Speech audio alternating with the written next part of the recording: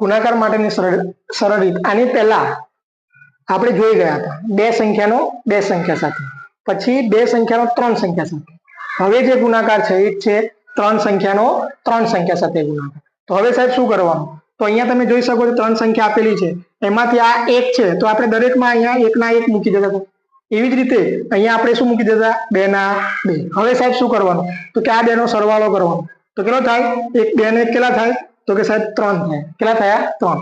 હવે ત્રણે ત્રણ નો સરવાળો કરવાનો. બે ને એક ત્રણ, ત્રણ ને બે તો કે સાહેબ પાંચ. કેટલા થયા? પાંચ. અને પછી રિવર્સમાં આ બે નો સરવાળો કરવાનો. બે ને બે ચાર.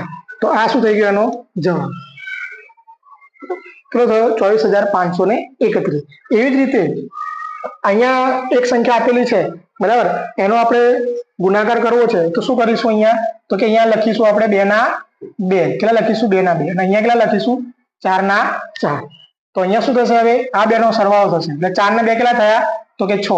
હવે 4 ને 2 6 અને 6 ને 4 10. તો 10 થશે ને તો 10 શૂન્ય અને વધી પડી 1. એ એક સાઈડમાં રાખવાના.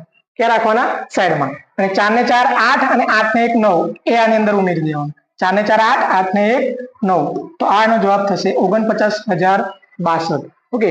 એ જ રીતે અહીંયા એક સંખ્યા આપેલી છે બરાબર, 335 × 111, જે તમે જાતે ટ્રાય કરી શકો છો.